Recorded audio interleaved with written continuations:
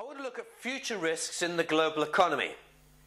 And I'm speaking in October 2008, right in the middle of the credit crunch which has come on top of the subprime crisis with all of the chaos in the markets.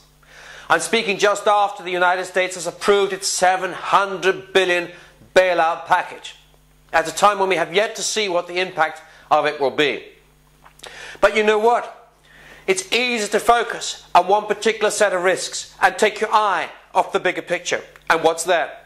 The fact is, we still have the issues of sustainability to contend with shortages of all kinds of commodities in the medium to longer term. We still have issues like 300 million people moving from rural areas into cities by 2020 in China. We still have another 300 million moving to cities, mostly into megacities, into slums in parts of Africa over the next 8 to 9 years. We still have other issues. We still have geopolitical uncertainties. We still have uncertainties about the way in which Russia may want to use its own energy reserves. We still have uncertainties about Iran's future intentions regarding nuclear technology. We have uncertainties regarding future American foreign policy and further possible military adventures of different kinds. There are many, many uncertainties in our world. And it would only take another wild card, a relatively low probability but high impact event, to destabilize our global economy more. We are vulnerable at the moment to combinations of events, and it's combinations of events that has produced the crisis that we saw in 2008. Combinations of oil prices, combinations of subprime crisis, combinations of other complex trading instruments which also failed the test of time. These things, in combination together, produced extraordinary results.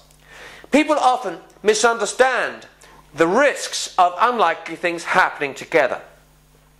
There's the so-called birthday test. This is a famous test, a statistical test. What is the risk of two people in a group of, say, 24 having the same birth date? Think about it.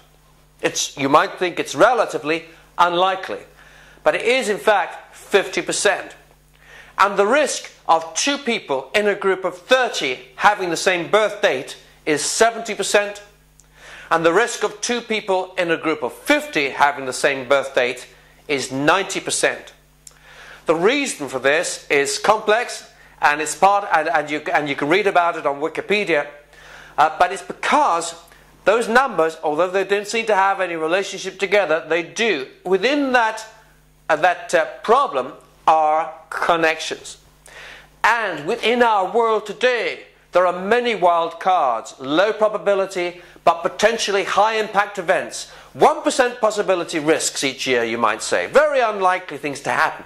But they may have more relationship together than you may think, which means that combinations of them may happen much more frequently than you may think, and that in part explains some of the challenges we face. So watch out, therefore, for multiple risks combining together. So how do you manage this kind of uncertainty? Well, it means being very agile. It means having more than one strategy. It means backing more than one horse. It means having plan A, plan B, plan C, plan D. It having your preferred plan, the one which you think is the most likely to work based on existing data.